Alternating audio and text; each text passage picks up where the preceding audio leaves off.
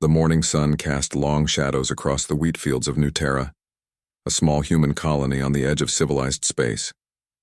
Marcus Chen stood on his porch watching his wife Elena tend to her garden. She hummed an old Earth song while carefully watering the alien flowers she had somehow managed to grow in this foreign soil.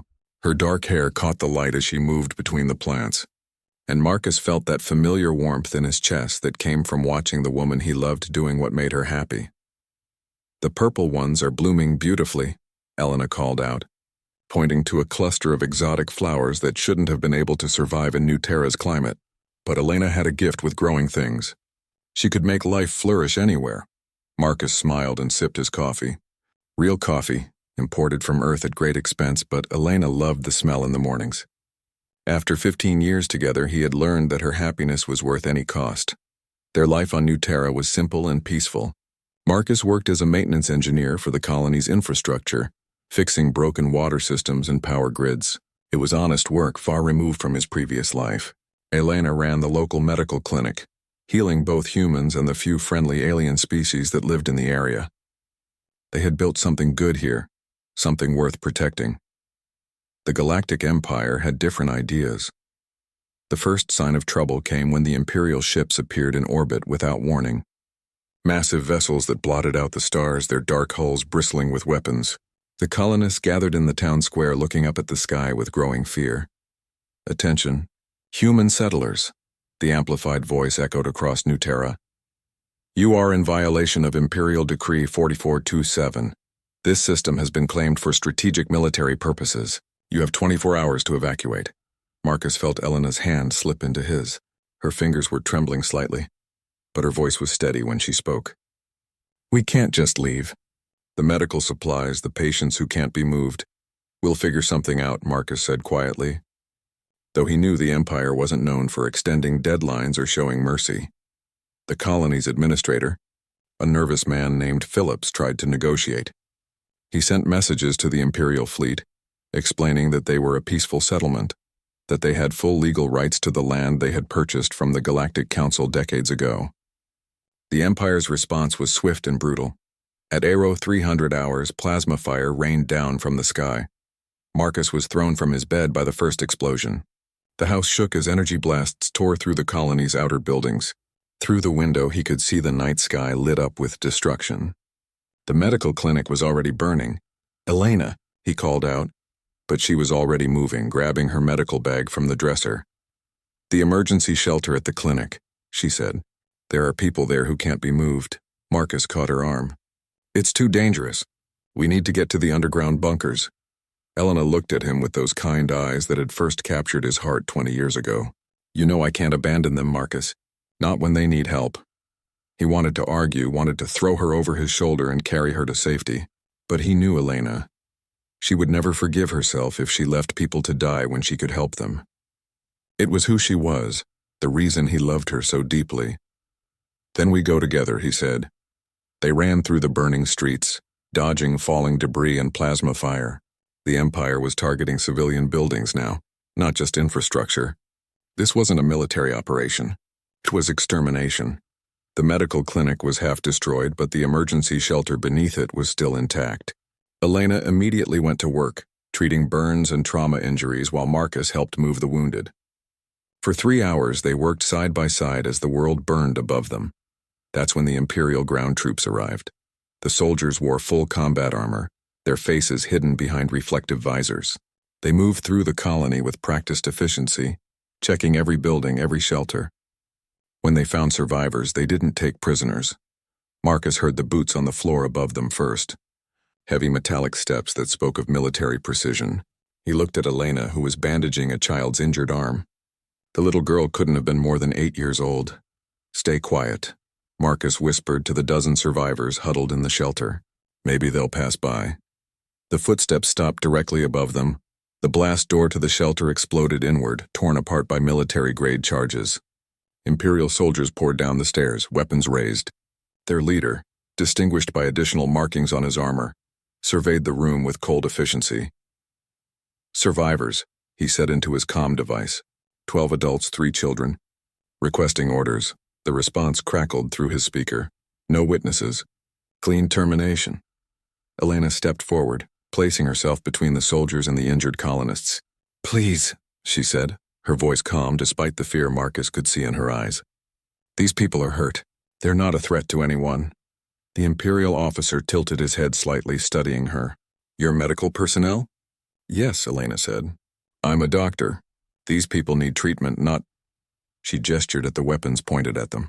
"The Empire has no use for rebel medical staff," the officer said. He raised his plasma rifle. Time seemed to slow for Marcus.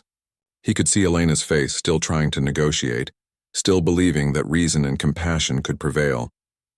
He could see the Imperial officer's finger tightening on the trigger. He could see the terrified faces of the people Elena was trying to protect.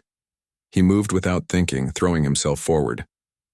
But he was too far away, too slow. The plasma bolt took Elena in the chest, the energy burning through her doctor's coat and into her heart. She fell backward, her eyes finding Marcus's face in her final moment. Her lips moved, forming words he couldn't hear over the sound of his own scream. The Imperial officer turned his weapon toward the other survivors, but Marcus was already moving.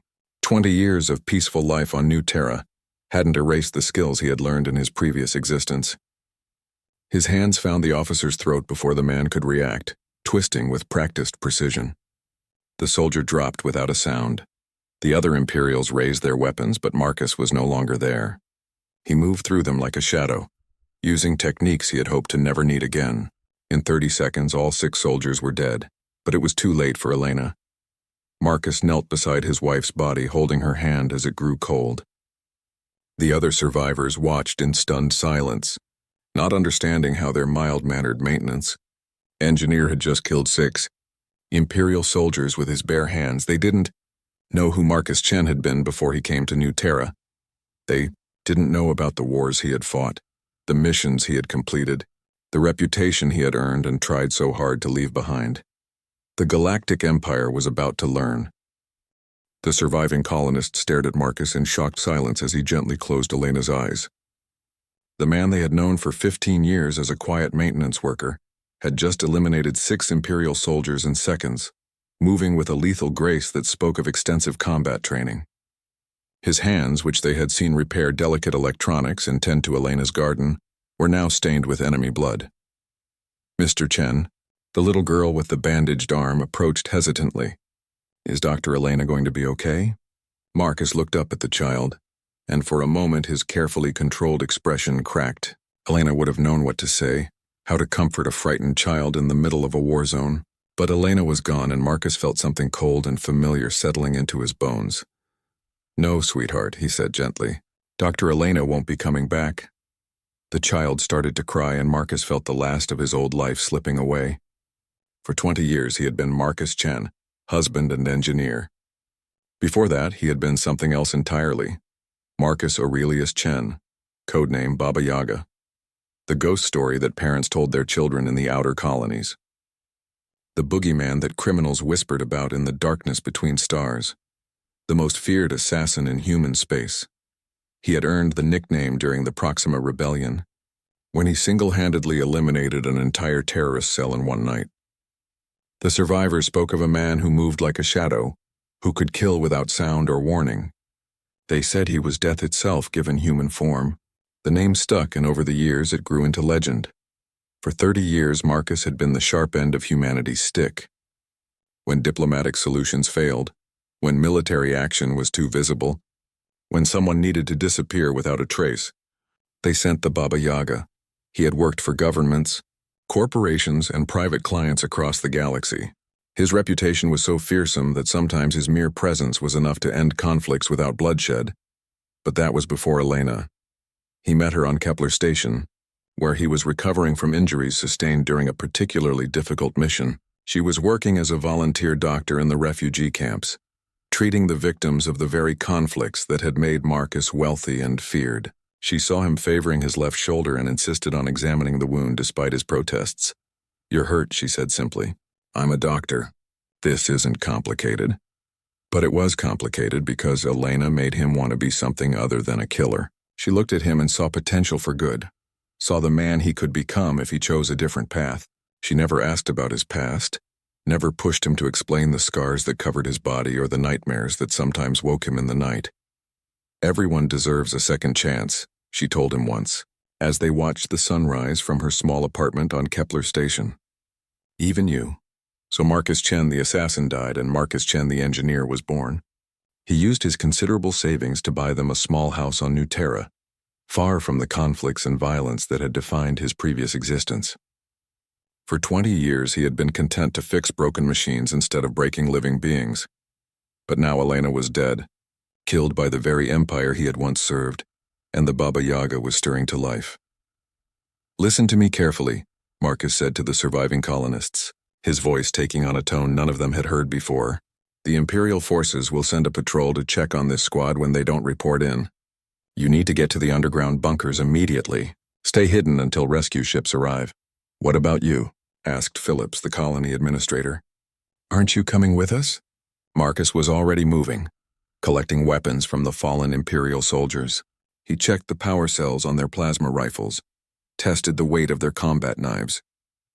The familiar feel of military hardware in his hands awakened muscle memory that 20 years of peaceful living hadn't erased. "I have other plans," Marcus said. He found what he was looking for in the squad leader's equipment pack, a personal communicator with direct access to the Imperial command network. Marcus activated it and spoke clearly into the device. "Imperial Command, this is Colony Response Team 7. We have a situation." The response was immediate. "Report your status, Team 7. We have encountered unexpected resistance. Request immediate backup and extraction." There was a pause. "What kind of resistance?" Intelligence indicated minimal defensive capabilities. Marcus smiled, and it was not a pleasant expression. "One man, sir. But he's problematic." "One man? Team 7. You are 6 trained soldiers with full combat gear. Handle it." "Negative, Command. This individual requires special attention. I need you to pull all available files on Colonial Engineer Marcus Chen, previously known as Marcus Aurelius Chen. Codename classification, Baba Yaga." The silence that followed was long and telling. When the voice returned, it was different. Higher ranking, more careful. "Who is this? Identify yourself immediately." "My name is Marcus Chen," he said, looking down at Elena's still form. "You just killed my wife. I thought you should know what that means." He crushed the communicator under his boot and began to move. The first Imperial patrol vehicle arrived 20 minutes later, carrying 8 soldiers and a heavy weapons specialist. They found their advance team's bodies arranged in a neat line outside the medical clinic, their weapons and armor stripped away. Spray painted on the wall above them, in Elena's favorite shade of blue, was a simple message: "You started this." Marcus watched the patrol from the shadows of a burned-out building, noting their formation, their communication patterns, their tactical weaknesses. The soldiers moved with the confidence of an occupying force that had never faced real resistance. They were professional killers, but they had never hunted something that could hunt them back. The patrol leader, a sergeant by his markings, spoke into his comm unit. "Command, we have 9 confirmed casualties. Advance team is KIA, plus 3 additional hostiles." Marcus frowned. 3 additional hostiles? He had only killed the original 6 soldiers. His question was answered when the sergeant continued his report. "Found 3 dead colonists near the bodies. Looks like they tried to ambush our people and got caught in the crossfire." Marcus felt something hot and sharp twist in his chest. The Empire was lying about civilian casualties, making it look like the colonists had been combatants. Elena's death was already being rewritten as a justified military action against rebel forces. He thought about Elena's garden, about the way she hummed while tending to plants that shouldn't have been able to grow on this world. He thought about her gentle hands healing the injured, about her voice saying that everyone deserved a second chance. The Empire had stolen all of that. They had taken the best person he had ever known and reduced her to a casualty report, a statistic in their military database. Marcus stepped out of the shadows. "Sergeant?" he called out calmly. The patrol spun toward his voice, weapons raised. They saw a middle-aged man in civilian clothes, his hands empty, walking toward them with steady steps. "Are you responsible for this?" the sergeant demanded, gesturing at the bodies of his comrades. "Yes," Marcus said simply. "Surrender immediately or we will open fire." Marcus stopped walking and tilted his head slightly. "I have a question first. The 3 colonists you reported as hostile combatants, Where are their weapons? The sergeant hesitated, realizing his mistake. I don't have to answer your questions, Rebel. That's okay, Marcus said. I already know the answer. What happened next would be discussed in Imperial training academies for decades to come, though the official reports would be heavily classified. Security footage from the patrol vehicle's cameras showed a man moving with impossible speed and precision, turning military tactics and superior firepower into meaningless advantages. When it was over, Marcus stood alone among the bodies of his enemies. He collected their communication equipment and sent another message to Imperial Command. This is the Baba Yaga, he said.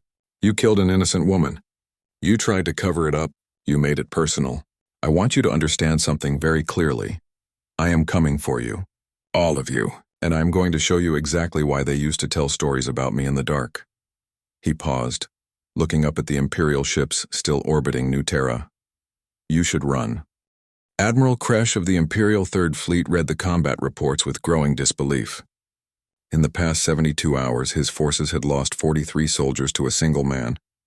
The casualties started as isolated incidents, a patrol that failed to report in, a reconnaissance team found dead in the ruins of the human colony. But the pattern was becoming impossible to ignore. Sir, his aide, Commander Vex, approached with visible nervousness. We've received another transmission from the surface. Play it, Kresh ordered, though he dreaded what he might hear. The recording was brief and chilling. Imperial Command, this is the Baba Yaga. Your soldiers taste fear before they die. I thought you should know. Kresh slammed his fist on the command table. How is one man doing this? We have orbital superiority, advanced technology, trained soldiers. Sir, I've been researching the name he keeps using. Baba Yaga. It appears in multiple classified databases across human space. Commander Vex's voice trembled slightly. The reports are disturbing. Marcus Chen had been busy in the 3 days since Elena's death. He had transformed from a grieving husband into something far more dangerous, a predator with nothing left to lose. The colony of New Terra had become his hunting ground, and the Imperial occupation force was learning why the Baba Yaga had once been the most feared name in the galaxy. His first real strike had been against the Imperial supply depot. The Empire had established a forward base in the colony's former town hall, using it to coordinate their pacification efforts. 50 soldiers, heavy weapons, communication equipment. It should have been impregnable. Marcus infiltrated the building through the old maintenance tunnels he knew by heart.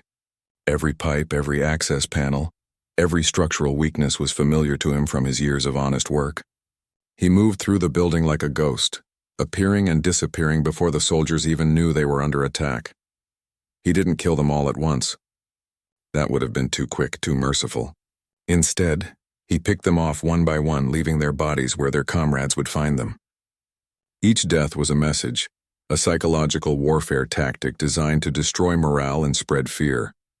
By dawn, the supply depot was a tomb. Marcus had taken their weapons, their armor, their communication codes, and their dignity. More importantly, he had taken their sense of security. The next day, he hit their perimeter patrols. The Empire had established a standard patrol pattern around the colony, designed to prevent escape and gather intelligence. But Marcus knew these patterns now, had observed them from his hidden positions in the ruins. He turned their own tactics against them, using their predictable movements to set up ambushes. The patrol routes became death traps. Soldiers would find their comrades' bodies arranged in increasingly creative ways, hanging from lampposts, propped up in doorways with their weapons pointed at their own positions, buried in the rubble with only their helmets visible. Each scene was calculated to maximize psychological impact. But Marcus wasn't just killing soldiers. He was gathering intelligence. From captured communication equipment, he learned about the Imperial Fleet's command structure. Admiral Kresh commanded the Third Fleet from the dreadnought Inevitable Victory. The ship carried a crew of 3,000, including some of the Empire's most elite troops. It was a fortress in space designed to be unassailable. Marcus smiled as he studied the ship's technical specifications. He had infiltrated worse targets. On the third night, he made his move against the Imperial command post. They had fortified the old school building. Thinking its multiple exits and reinforced construction would provide security, they posted guards, established overlapping fields of fire, and installed motion sensors around the perimeter. They never considered that someone might come from below. The school's basement connected to the colony's geothermal system, a network of maintenance tunnels that Marcus had helped design years earlier. He entered through a service access 3 blocks away, moving through pipes and conduits that were too small for armored soldiers to follow. Inside the command post, Colonel Thane was briefing his officers on the growing casualty situation. "This terrorist is becoming a serious problem," he said, pointing to tactical displays showing patrol routes and incident locations. "We need to flush him out of hiding and end this." "Sir," one of his lieutenants spoke up hesitantly. "The men are starting to talk. They're saying this isn't just some colonial farmer with a rifle. The way he moves, the way he kills. They think it might be someone with professional training." Colonel Thane scoffed. "Professional training or not, he's just one man. We have superior numbers, superior firepower, superior technology. This ends tonight." That's when the lights went out. Emergency power kicked in, casting the command center in red light. The officers drew their weapons, forming a defensive circle around the tactical displays. They waited for an attack that never came. Instead, they heard a voice over their own communication system. Marcus had tapped into their network while moving through the building's infrastructure. "Colonel Thane," the voice said calmly. "My name is Marcus Chen. You killed my wife 3 days ago." Thane grabbed his comm unit. "Security teams report to the command center immediately." "We have a hostile in the building." "They can't hear you," Marcus's voice continued. "I've taken the liberty of disabling your communication array, along with your backup power, your weapon systems, and your perimeter defenses." The colonel's face went pale as he realized the implications. "What do you want?" "I want you to understand something, Colonel. Your empire killed an innocent woman, a healer, someone who dedicated her life to helping others. You turned her into a casualty report and tried to pretend she was a combatant." The red emergency lights flickered and went out, plunging the command center into darkness. When they came back on, one of Thane's officers was gone. Then another. The colonel and his remaining men pressed their backs together. Weapons pointed outward, but they were fighting shadows. "You made one mistake, Colonel." Marcus's voice echoed from speakers throughout the building. "You didn't just kill Elena Chen. You killed the wife of the Baba Yaga." By morning, the command post was silent. Imperial rescue teams found Colonel Thane alone in his office, unharmed but catatonic with fear. His uniform had been stripped away, replaced with civilian clothes. Pinned to his chest was a medical diploma, Elena's diploma from the University of New Geneva. Written on the wall behind him, in the colonel's own blood, was a message. She was a doctor. The psychological impact rippled through the Imperial forces. Soldiers began requesting transfers off New Terra. Officers argued about the wisdom of continuing the occupation. Morale plummeted as Marcus's reputation grew. Admiral Kresh realized he was facing something unprecedented. This wasn't a colonial uprising or terrorist resistance. This was personal warfare conducted by someone who understood exactly how to hurt the Empire where it was most vulnerable. "Sir," Commander Vex reported, "I've compiled the intelligence files on this Marcus Chen. His real name is Marcus Aurelius Chen, codename Baba Yaga. The reports go back 30 years. Kresh read the files with growing horror.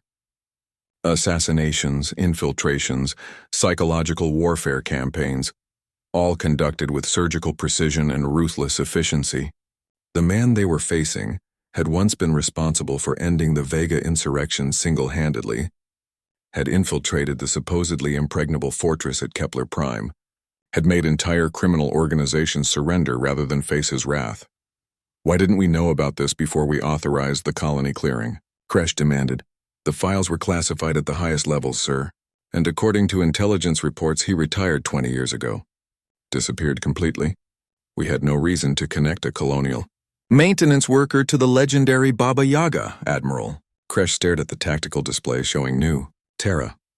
His forces were being systematically destroyed by a man who had nothing left to lose and possessed skills that bordered on supernatural. Send a message to Imperial High Command, he ordered. Tell them we need immediate reinforcements.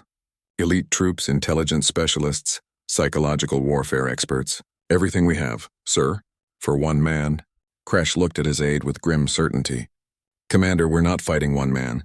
We're fighting a legend that just remembered why people used to fear it. On the surface of New Terra, Marcus sat in the ruins of Elena's garden, holding one of her purple flowers. The bloom had somehow survived the orbital bombardment, a small miracle of life persisting in the midst of destruction. He had sent his message to the Empire. Now they would respond with overwhelming force, believing that superior numbers and firepower could solve their problem. They were about to learn the difference between fighting soldiers and fighting something that had already died inside. The reinforcements arrived in overwhelming numbers.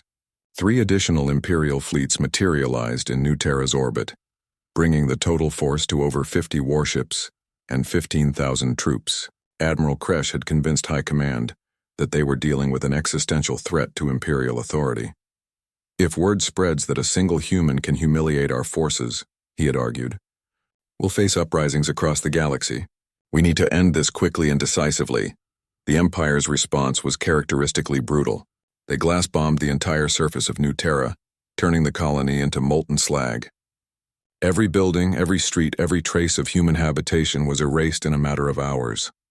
When the bombardment ended, the planet's surface glowed red-hot beneath a sky thick with radioactive dust. "Target eliminated," reported Captain Zoran of the Imperial 7th Fleet. "No life signs detected on the surface. The terrorist threat has been neutralized." Admiral Kresh felt a mixture of relief and frustration. The Baba Yaga was dead, but the cost had been enormous. 4 fleets deployed, an entire planet sterilized, and the destruction of what could have been valuable Imperial resources. Still, it was better than allowing the legend to grow. "Maintain orbital watch for 48 hours, he ordered. "Then we'll move on to the next phase of the operation." But Marcus Chen was not on New Terra when the bombardment began. 18 hours earlier, he had made his way to the colony's spaceport. The Imperial forces had confiscated all civilian ships, but they had left the military transports relatively unguarded. After all, who would be foolish enough to try stealing Imperial property? The transport ship Meridian was a fast courier vessel, designed for rapid deployment of special forces. Its pilot and crew were enjoying shore leave in the makeshift Imperial barracks, confident that their ship was secure behind multiple layers of security. They had not counted on someone who had spent decades learning to bypass security systems far more sophisticated than theirs. Marcus infiltrated the spaceport through the cargo handling system, using maintenance corridors and service tunnels to avoid patrols.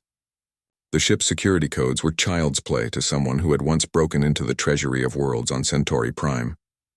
Within an hour, he had complete control of the Meridian and access to its navigation computers. But before leaving New Terra, Marcus had one final message to send. He broke into the Imperial communication network one last time, broadcasting on all frequencies so that every ship in the system would receive his words. "This is Marcus Chen, also known as the Baba Yaga. You have just destroyed my home, the place where my wife lived and worked and brought healing to this world. You think that ending New Terra ends me? You're wrong." He paused, looking through the transport's viewport at the Imperial fleet surrounding the planet. Elena Chen was a doctor. She saved lives. She grew flowers in impossible places. She believed that everyone deserved a second chance. You killed her because it was convenient, because she was in your way, because you could. You made her death a footnote in your military reports. Marcus activated the Meridian stealth systems and began moving away from New Terra, threading between the massive Imperial warships with ghost-like precision. "I want each of you to remember her name, Elena Chen, because I am going to make sure you never forget what it costs to murder innocents. This is no longer about New Terra. This is about justice for every Elena you've killed across the galaxy." The transmission cut out just as the first Imperial ships detected the Meridian's energy signature. But by then, Marcus was already jumping to hyperspace, carrying his war beyond the reach of their overwhelming numbers. Admiral Kresh stared at the tactical display in stunned disbelief. "How is that possible?" "We had that system locked down." "Sir," Commander Vex reported with barely concealed panic, "we're tracking the stolen vessel. It's heading for the Nexus Station." Kresh felt his blood turn to ice. Nexus Station was the Empire's primary logistics hub for the entire sector, handling supply routes for dozens of military campaigns. More importantly, it was where Admiral Regent Voss maintained his personal headquarters, the man responsible for authorizing the New Terra operation. "Send word to Nexus Station immediately," Kresh ordered. Full security alert. The Baba Yaga is coming. But Marcus wasn't heading directly for Nexus Station. That would be predictable, and predictability was death in his profession. Instead, he made a series of calculated stops, gathering intelligence and resources for what was to come. His first target was a small Imperial patrol station on the edge of the Vega system. The facility housed 30 soldiers and served as a communication relay for fleet operations. It was also completely unprepared for assault by someone of Marcus's capabilities. The station's commander, Lieutenant Hayes, was reviewing supply requisitions when the lights went out. Emergency power failed to activate. Life support systems shut down. The station's communication array went silent. In the darkness, Hayes heard his soldiers screaming. When rescue ships arrived 6 hours later, they found the patrol station intact but empty. 30 Imperial soldiers had simply vanished. In the commander's office, written across the wall in precise lettering, was a message. Elena Chen, doctor, healer, wife, murdered by Imperial Decree 4427. The soldiers weren't dead. Marcus had loaded them onto the Meridian, along with all of the station's intelligence files and communication codes. He had plans for them. His next stop was the merchant station at Kepler Junction, a neutral trading post that served both Imperial and independent systems. The station's administrators were shocked to receive an unscheduled docking request from an Imperial transport, but they couldn't refuse without risking diplomatic incidents. Marcus docked the Meridian in a secondary bay and made his way to the station's civilian quarters. His target was Dr. Sarah Morrison, Elena's former colleague and closest friend. He found her in the medical bay, treating injured traders and miners. She looked up as he approached, and her face went pale with recognition. "Marcus?" she whispered. "My God, we heard about New Terra. Is Elena—" "She's gone," Marcus said simply. Dr. Morrison's eyes filled with tears. "I'm so sorry. She was the best person I ever knew. I need your help, Sarah." "Anything." Marcus placed a datapad on her desk. "These are the personal files of 30 Imperial soldiers. Their families, their home addresses, their medical histories. I want you to contact each family personally. Tell them that their sons and daughters are alive and unharmed, but they're prisoners of war." Dr. Morrison looked confused. "Prisoners of war? Marcus, what are you planning?" "The Empire will exchange these soldiers for information I need. But more importantly, I want their families to understand what's really happening out here. I want them to know their children are being used as tools in campaigns of extermination."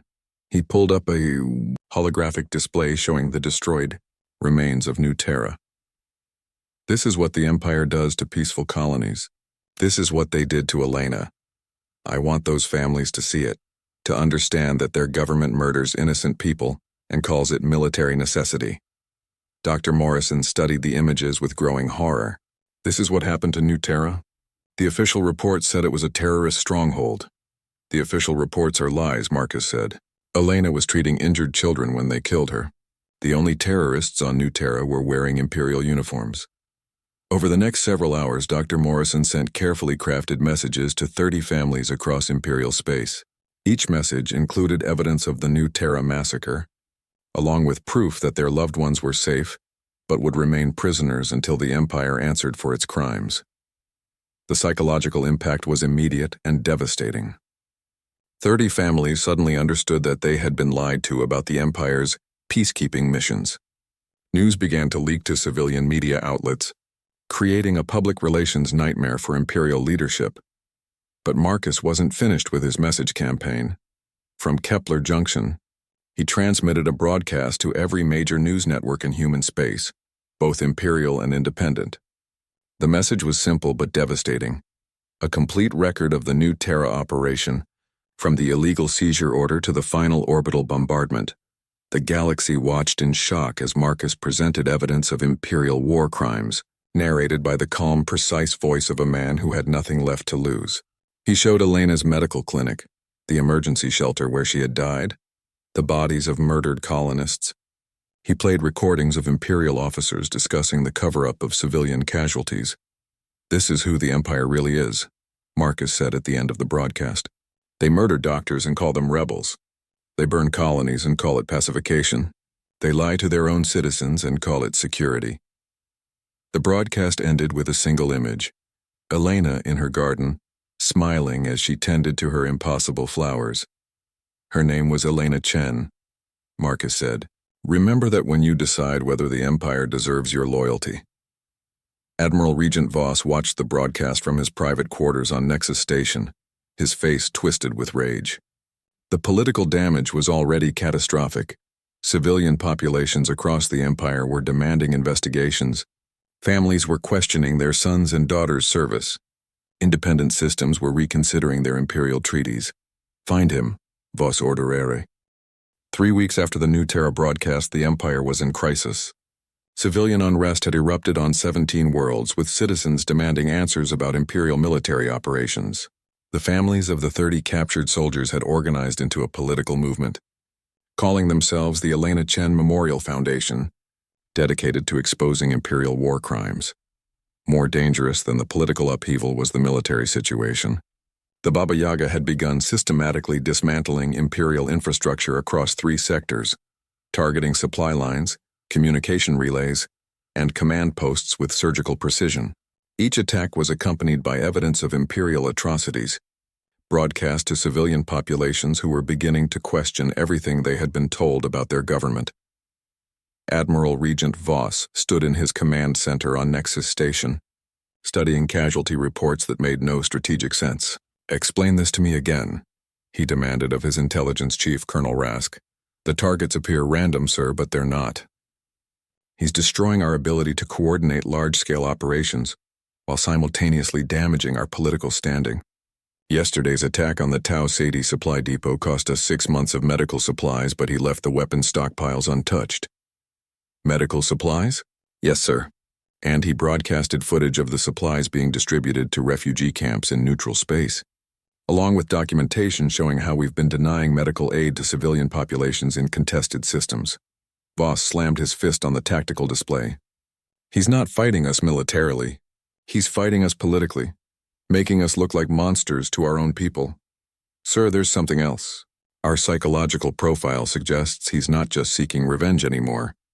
His actions indicate he's trying to fundamentally destabilize imperial authority. Some of our analysts think he's attempting to trigger a civil war." The truth was both simpler and more complex than Colonel Rask realized. Marcus wasn't trying to start a civil war. He was trying to save lives. Every supply depot he raided meant medical supplies for refugee camps. Every communication array he destroyed meant imperial forces couldn't coordinate atrocities like New Terra.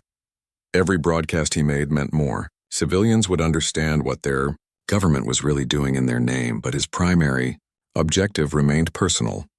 Admiral Regent Voss, the man who had signed Elena's death warrant. Marcus had been studying Nexus Station for 2 weeks, learning its defenses, its patrol patterns, its weaknesses.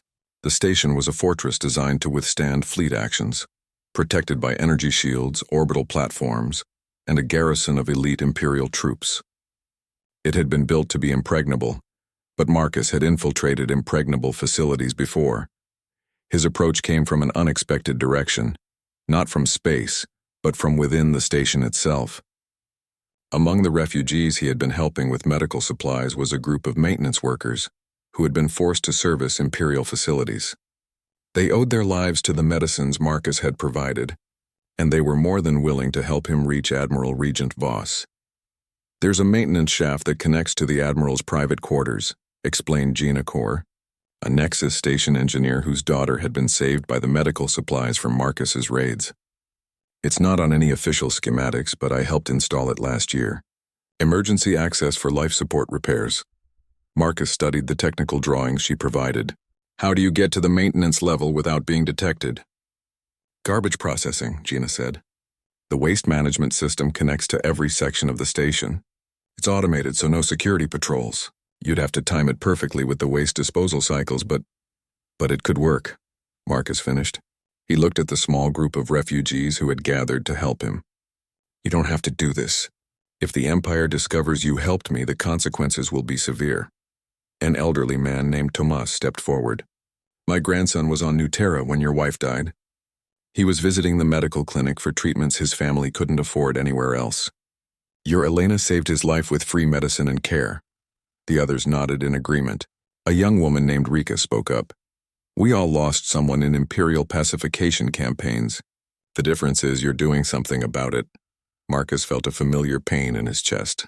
These people reminded him of Elena, ordinary citizens trying to help others to do what was right despite the risks. They deserved better than the empire they lived under. All right, he said, let's do this. The infiltration began during the station's night cycle. Marcus entered the waste processing system through a service access on Deck 12, timing his movement with the automated disposal cycles. The journey through the station's bowels was unpleasant but effective. No security sensors were positioned in areas designed only for garbage. He emerged in the maintenance sector 90 minutes later, having navigated through kilometers of waste processing pipes and service tunnels. The maintenance level was dimly lit and rarely patrolled, making it easy to access the emergency shaft that led to the Admiral's quarters. But Marcus didn't head straight for Voss. He had other objectives first. His initial target was the station's central computer core, where the Empire stored classified files on military operations across the sector. Marcus needed those files. They contained evidence of dozens of atrocities similar to New Terra, proof that the massacre of his wife was part of a systematic campaign of terror against civilian populations. The computer core was protected by multiple layers of security, but Marcus had come prepared. Using techniques learned during his assassination career, he bypassed the electronic locks and disabled the monitoring systems. Within an hour, he had downloaded terabytes of classified Imperial data onto portable storage devices. The files were damning beyond his worst expectations. Orders to destroy civilian infrastructure and blame it on terrorists. Directives to execute prisoners of war and report them as combat casualties. Communications discussing the use of biological weapons against rebellious populations. Most horrifying of all was a file labeled Final Solution Protocol, a plan to systematically eliminate human colonies that refused Imperial authority, starting with remote settlements like New Terra. Elena's death wasn't an isolated incident. It was the beginning of genocide. Marcus felt cold rage settle in his bones as he read the documents. The Empire wasn't just corrupt or brutal. It was actively planning the extermination of free human populations. Every day he delayed meant more Elenas would die in similar pacification campaigns. He uploaded the files to a secure server and began broadcasting them across the galaxy, using the station's own communication array to spread the evidence. Within hours, independent news networks were analyzing the documents, while Imperial loyalists desperately tried to deny their authenticity. But Marcus wasn't finished with Nexus Station. His next stop was the prisoner containment area, where the Empire held political dissidents and captured rebels. The facility was heavily guarded, but Marcus had studied the patrol patterns and identified the weaknesses. Using ventilation shafts and service corridors, he bypassed the main security checkpoints. Inside the containment area, he found horrors that made his blood boil. Political prisoners were being subjected to psychological torture, forced to watch recordings of their families being threatened. Children as young as 12 were being held as enemy combatants. Several prisoners had been subjected to medical experiments designed to test Imperial biological weapons. Marcus began systematically freeing the prisoners, providing them with stolen Imperial uniforms and escape routes through the maintenance systems. But he made sure to document everything first, recording evidence of the torture and experimentation that he would later broadcast to the galaxy. Among the prisoners was Dr. James Walsh, a former Imperial physician who had been arrested for refusing to participate in biological weapons research. "You're the Baba Yaga," Dr. Walsh whispered, as Marcus cut his restraints. "The broadcasts, the raids, it's really you.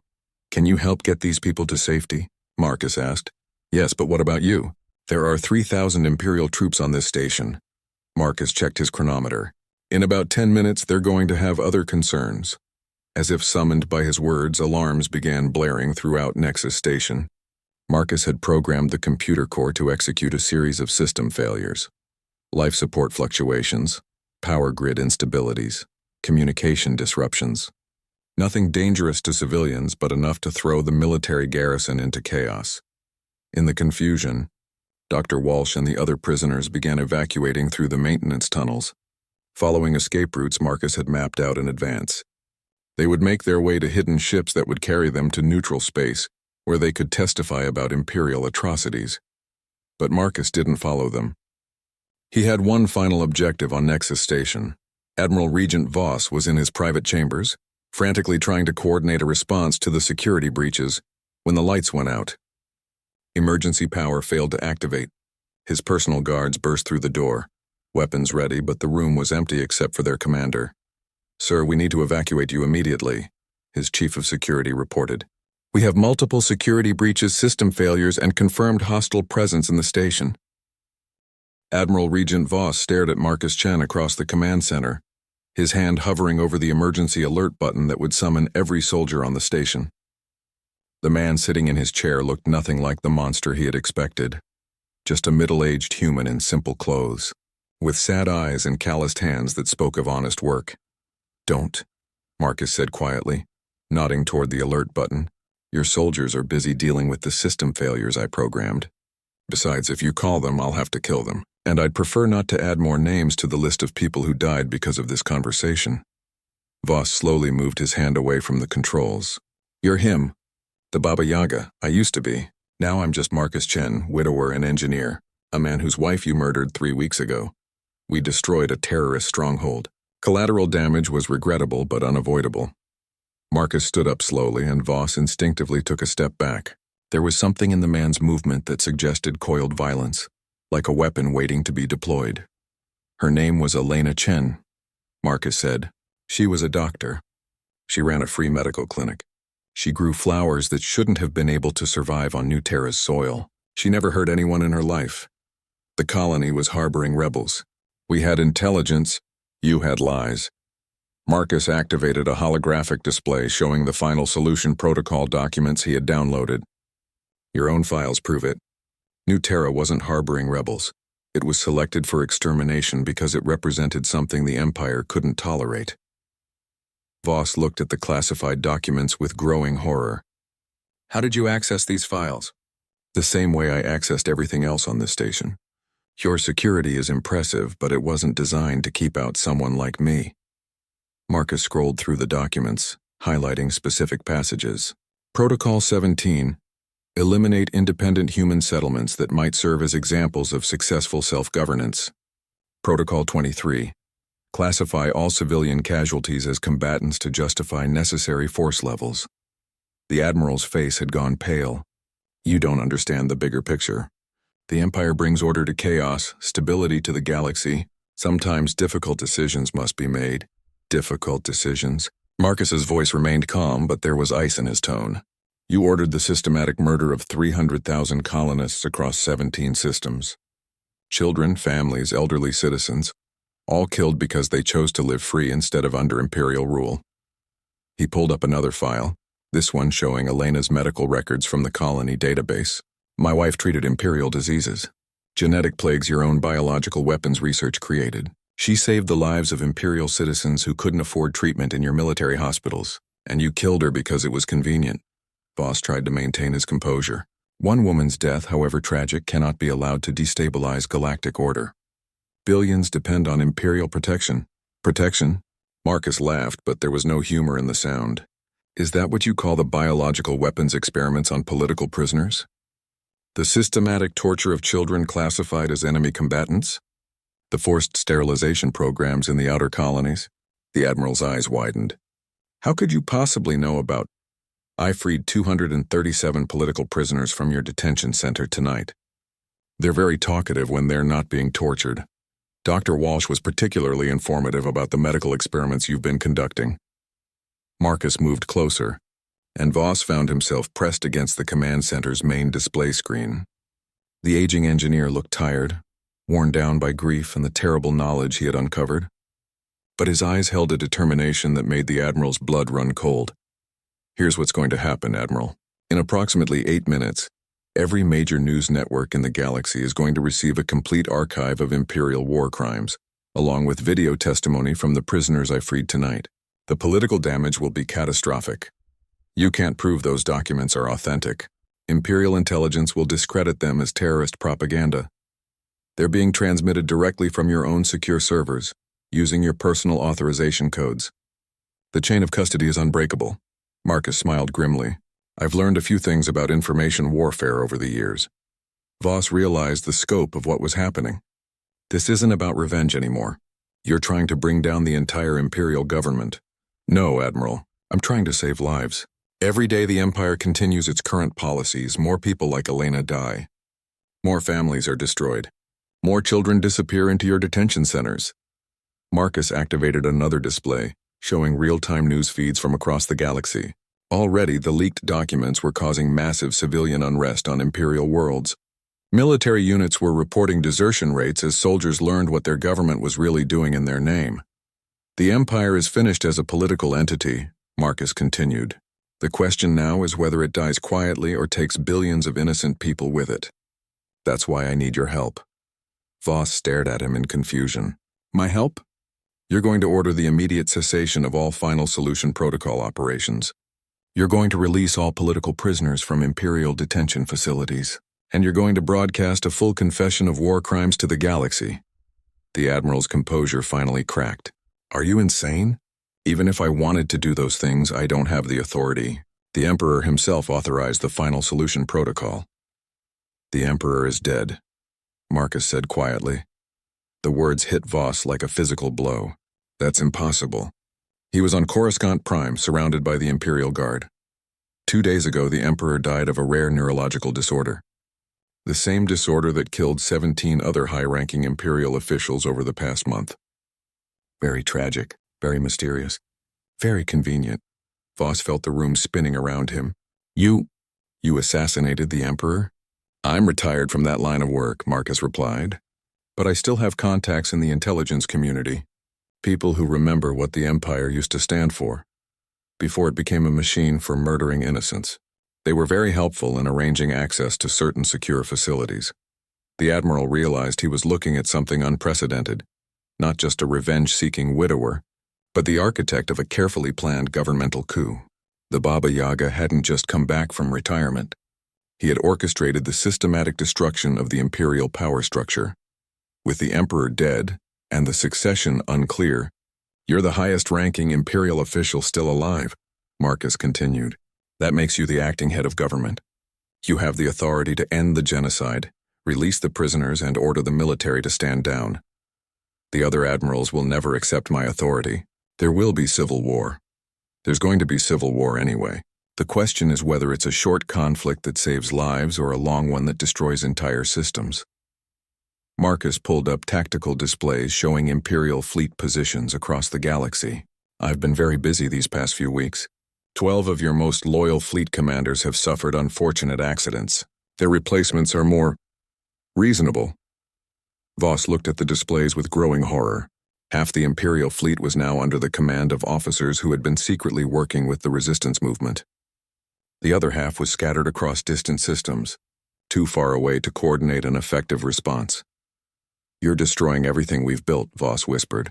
I'm destroying a machine that murdered my wife and planned to murder millions more like her. If that machine was everything you built, then it deserved to be destroyed. Marcus moved to the communication console and began activating broadcasting systems. You have a choice, Admiral. You can help me save what's left of the Empire by transforming it into something decent, or you can watch it burn in civil war while billions die in the crossfire. He paused, looking at Elena's medical diploma, which he had carried with him since New Terra. Elena believed everyone deserved a second chance, even people who had made terrible mistakes.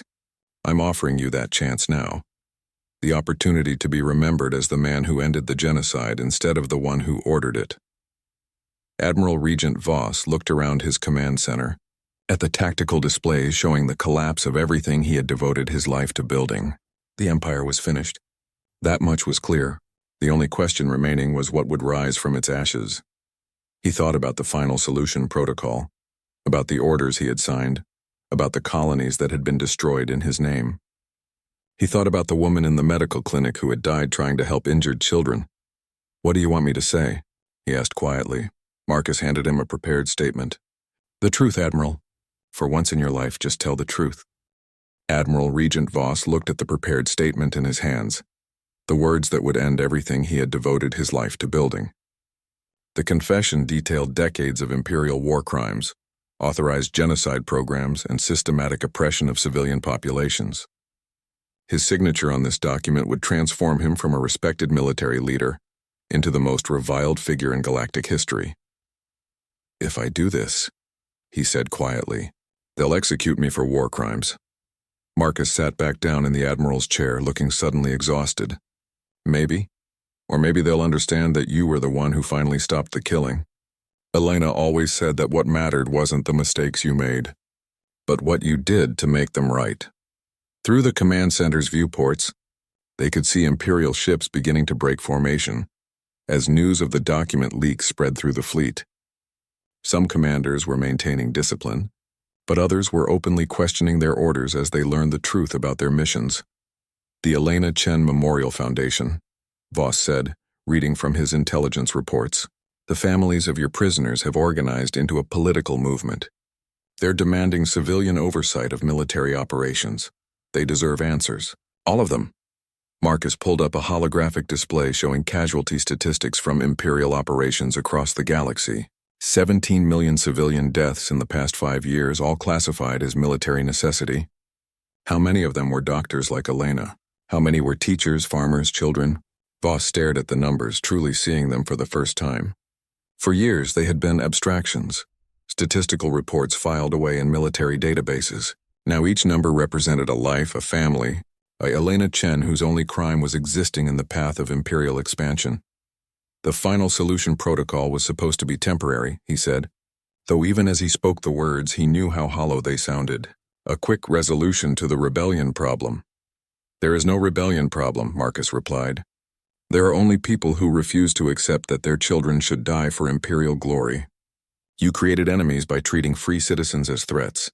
The communication console chimed with an incoming priority message. On the screen appeared the face of Admiral Kresh, the man who had commanded the New Terra operation.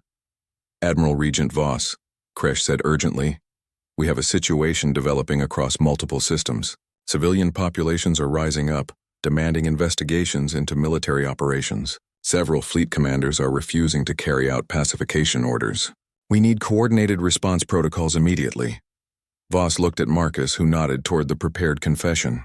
The choice was clear: continue the cycle of violence that had led to Elena's death, or try to build something better from the ashes of the Empire. "Admiral Kresh," Voss said into the communicator, "I'm transmitting new orders to all Imperial forces. Effective immediately, all military operations against civilian populations are suspended. All political prisoners are to be released. All final solution protocol missions are cancelled." Kresh's face went pale on the screen. "Sir, I don't understand." "Those orders contradict direct Imperial policy." "Imperial policy is changing," Voss replied. "Stand by for a general broadcast to all Imperial forces." He cut the connection and looked at Marcus one final time. "Once I do this, there's no going back." "There's been no going back since the moment you killed Elena," Marcus said. "This just determines whether her death meant something." Admiral Regent Voss activated the galaxy-wide communication array and began reading the confession. His words were broadcast to every Imperial ship, every military base, every civilian population center under Imperial control. He detailed the systematic war crimes, the genocide programs, the torture and experimentation facilities. He named names, provided evidence, and accepted full responsibility for decades of Imperial atrocities. "The Galactic Empire has lost its way," he concluded, his voice steady despite the weight of his words. "We became the very evil we claimed to fight against. Today that changes. I hereby order the immediate cessation of all hostile actions against civilian populations, the release of all political prisoners, and the establishment of civilian oversight committees to investigate Imperial military operations." He paused, looking directly at Marcus. "This change comes at the cost of many lives, including that of Dr. Elena Chen of New Terra Colony. She was a healer who dedicated her life to helping others. Her death was a crime against everything the Empire should have stood for. Her memory will guide us towards something better." The broadcast ended, leaving the command center in silence. Within minutes, reports began flooding in from across the galaxy. Some Imperial forces immediately complied with the new orders, releasing prisoners and standing down from offensive operations. Others declared Voss a traitor and vowed to continue their missions under different leadership. The civil war Marcus had predicted was beginning, but it was shorter and less destructive than anyone had feared. The carefully placed fleet commanders loyal to the resistance movement quickly secured key systems, while the leaked evidence of imperial crimes turned public opinion decisively against the hardline factions. Marcus stood to leave, his mission finally complete. Admiral Voss called after him. "What happens now? Do you plan to disappear again?" "I have some prisoners to return to their families," Marcus replied. "After that? I don't know. I never planned to survive this long. The new government will need advisors. People who understand how the old system worked, how to avoid making the same mistakes." Marcus paused at the doorway. "Elena used to say that broken things could be repaired if you were willing to do the work. Maybe she was right." 6 months later, the Galactic Empire was officially dissolved and replaced by the Federation of Free Worlds, a democratic alliance that placed civilian authority over military operations. The Elena Chen Memorial Foundation became a major political party, dedicated to preventing the kind of atrocities that had claimed so many lives. Marcus Chen served as an advisor to the new government for 3 years before retiring to a small agricultural colony on the edge of known space. He built a simple house with a garden where he grew flowers that shouldn't have been able to survive in alien soil. Visitors often remarked on the beautiful purple blooms that seemed to thrive despite the challenging conditions. Former Admiral Voss served 5 years in prison for war crimes before being released under the General Amnesty Program. He spent the rest of his life working with refugee resettlement programs, helping the survivors of imperial operations rebuild their communities. He never forgot the night when a grieving widower showed him that even the most broken systems could be repaired if someone was willing to do the difficult work of making them right. The legend of the Baba Yaga lived on in stories told throughout the galaxy, but they were different now. Instead of tales of a merciless assassin, people spoke of a man who had loved his wife so deeply that her death changed the course of galactic history. They told their children about Elena Chen, the doctor who grew impossible flowers and believed everyone deserved a second chance, and how her husband made sure the galaxy remembered her name. In the garden on his quiet colony, Marcus tended to purple blooms that caught the morning light just the way Elena's hair used to do.